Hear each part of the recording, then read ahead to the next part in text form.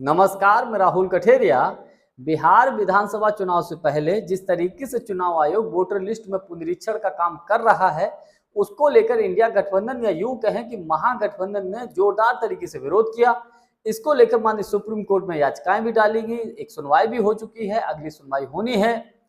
कुल मिलाकर ये कहा जा सकता है कि इंडिया गठबंधन चुनाव आयोग के इस निर्णय से बिल्कुल सहमत नहीं है, इसके खिलाफ है, क्योंकि जिस तरीके से चुनाव आयोग ने 11 डॉक्यूमेंट्स मांगे और इन 11 डॉक्यूमेंट से आधार कार्ड, राशन कार्ड और वोटर कार्ड, मनरेगा कार्ड इनको बाहर कर दिया, इसको लेकर भी भारी बवाल है।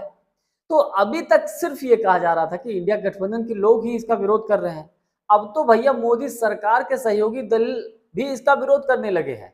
यानी कि आप इसको ऐसे समझिए कि मोदी सरकार 2 बैसाखियों पर टिकी है और इन 2 बैसाखियों में से एक बैसाखी ने चुनाव आयोग के इस वोटर लिस्ट में पुनरीक्षण के काम का विरोध कर दिया है। मैं बात कर रहा हूं चंद्रबाबू नायडू जी की। चंद्रबाबू नायडू जी की पार्टी ने चुनाव आयोग को पत्र लिखा है और पत्र में कुछ अपनी मांगे रखी हैं। चुनाव आयोग को पत्र लिखकर टीडीपी ने मांग ये की है कि देखिए, आप जो वोटर लिस्ट में पुनरीक्षण का काम कर रहे हैं, ठीक है, आप करिए, लेकिन वोटर लिस्ट में पुनरीक्षण के काम से कहीं नागरिकता साबित करने की बात नहीं होनी चाहिए। यानी कि वोट घटते हैं या वोट बढ़ते हैं, डॉक्यूमेंट्स के आधार पर उनको आप करिएगा काम, लेकिन कहीं इसमें यह नहीं होना चाहिए कि आप व्यक्ति से नागरिकता साबित करने की बात कहें। पहली डिमांड उन्होंने ये रखी और दूसरी डिमांड उन्होंने ये रखी, दूसरी बात ये रखी टीडीपी की तरफ से कि वोटर लिस्ट में पुनरीक्षण का काम 6 महीने पहले नहीं होना चाहिए। इस बात में भी दम है। देखिए, जिस तरीके से चुनाव बिहार विधानसभा के चुनाव से 2-3 महीने पहले ही जिस तरीके से चुनाव आयोग ये निर्णय लिया और लगभग 1-1.25 महीने में वोटर लिस्ट में पुनरीक्षण का काम करने की बात कर रहे हैं, इसमें कहीं ना कहीं सिर्फ दाल में काला नजर आ रहा है। सिर्फ दाल ही का काला नजर नहीं आ रहा, बल्कि पूरी दाल ही काली है चुनाव आयोग की बिहार के विधानसभा के चुनाव को लेकर, वोटर लिस्ट में पुनरीक्षण को लेकर।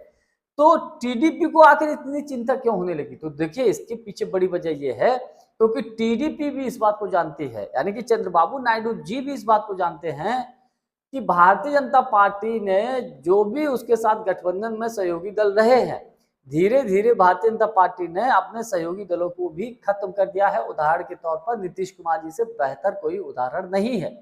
जो नीतीश कुमार जी बिहार में आरजेडी के टक्कर में बराबर में हुआ करते थे, वो नीतीश कुमार जी कहां 40 के आसपास सीटों पर पहुंच चुके हैं।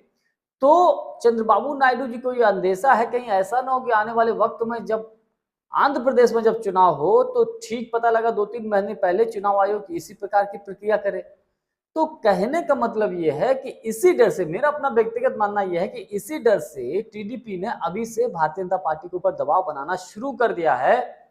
तो इसको लेकर कहीं ना कहीं बात में दम भी है। जो जिस तरीके से एक्सरसाइज बिहार में चल रही है वोटर लिस्ट में पुनरीक्षण को लेकर और जो तरीका चल रहा है वो सरासर गलत है। देखिए, जाने माने पत्रकार, बड़े यूट्यूबर्स अजीत अंजुम जी ने जिस प्रकार से पोल खोली है चुनाव आयोग की बिहार में जाकर, जिस तरीके से वहां फर्जीवाड़ा हो रहा है, उससे चुनाव आयोग की और ज्यादा भद्द पिटी है। अब देखने वाली बात यह है कि जब माननीय सुप्रीम कोर्ट में इसकी अगली सुनवाई होगी तो चुनाव आयोग क्या तर्क रखता है। लेकिन इसमें कतई कोई दो राय नहीं, चुनाव आयोग सीधा सीधा एक तरीके से इस तरीके से काम कर रहा है जैसे वो भारतीय जनता पार्टी का एजेंट हो, भारतीय जनता पार्टी का एक तरीके से प्रकोष्ठ बन के काम कर रहा है। लेकिन चंद्रबाबू नायडू जी की जो चिंता है वो जायज है, वो वाजिब है। और आने वाले समय में जिन जिन राज्यों में विधानसभा का चुनाव होगा, भारतीय जनता पार्टी चुनाव आयोग के माध्यम से ये खेल करने का पूरा प्रयास करेगी। इस बात को सभी राजनीतिक दल समझ रहे हैं। ममता बनर्जी जी ने इसकी आशंका जाहिर कर दी है। आने वाले समय में उत्तर प्रदेश में भी विधानसभा का चुनाव होना है। देखिए, बिहार में जो वोटर लिस्ट में पुनरीक्षण का काम चल भी रहा है, तो जो बीएलओ ने जो वहां पर बातें कही है, जो क्षेत्र के लोकल के जो गांव के देहात के लोग जो बोल रहे हैं, वो साफ साफ बोल रहे हैं कि ये सही नहीं हो रहा है। बीएलओ खुलकर बोल रहे हैं कि भैया हो ही नहीं पाएगा ये वोटर लिस्ट में पुनरीक्षण 100%। और खबर तो यहां तक आ रही है, कुछ ऐसी खबर चल रही है, कुछ लोग बोल रहे हैं सोशल मीडिया के प्लेटफॉर्म पर कि कई लाख वोट बिहार में कटने जा रहे हैं। और अगर कटने जा रहे हैं तो मुझे लगता है बगैर सही वेरीफाई के, सही डॉक्यूमेंट्स के वेरिफिकेशन के करके वोट नहीं काटने चाहिए। अगर बहुत अधिक मात्रा में वोट कटते हैं तो उसकी जांच पड़ताल होनी चाहिए बेहतर तरीके से। लेकिन चुनाव सर पर है बिहार में, तो जांच पड़ताल होगी कैसे?